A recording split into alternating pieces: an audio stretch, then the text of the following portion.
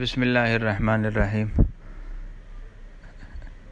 ادارہ الحرمین کے ذمہ دار حضرت مولانا مفتی طلحہ عتیق الرائی صاحب سے ان کے ادارے کی کارکردگی سن کر بہت خوشی ہوئی، جو انہوں نے اور ان کے ادارے نے حالیہ سیلاب کے دنوں میں اور اس سے پہلے کرونا کے ایام میں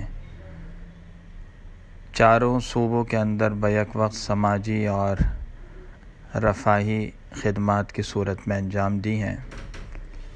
حقیقت یہ ہے کہ یہ دین اسلام کی ایک بہت بڑی تعلیم ہے اور علماء کرام اس کے بجا طور پر اہل بھی ہیں اور حقدار بھی ہیں کہ وہ اس خدمت کو انجام دیں، اور اللہ تعالیٰ نے ان دنوں میں، ان ایام میں علماء کرام کو بحسن و خوبی یہ خدمت نبھانے کی توفیق دین عطا فرمائی، جن میں حضرت مولانا طلحہ عتیق صاحب بھی ہیں۔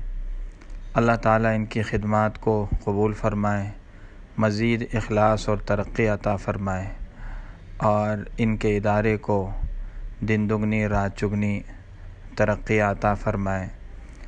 یہ بھی ایک بہت حوصلہ افزا بات ہے کہ صرف وقتی خدمات انجام دینے کے ساتھ ساتھ انہوں نے مستقل بنیادوں پر ایک بڑی تعداد میں بے سہارا خاندانوں کی اور بے آسرا لوگوں کی کفالت کی ذمہ داری بھی لے رکھی ہے، جو یقیناً بہت باعث اجر عمل ہے، اور اس پر ہم سب کی طرف سے وہ مبارکباد کے مستحق ہیں۔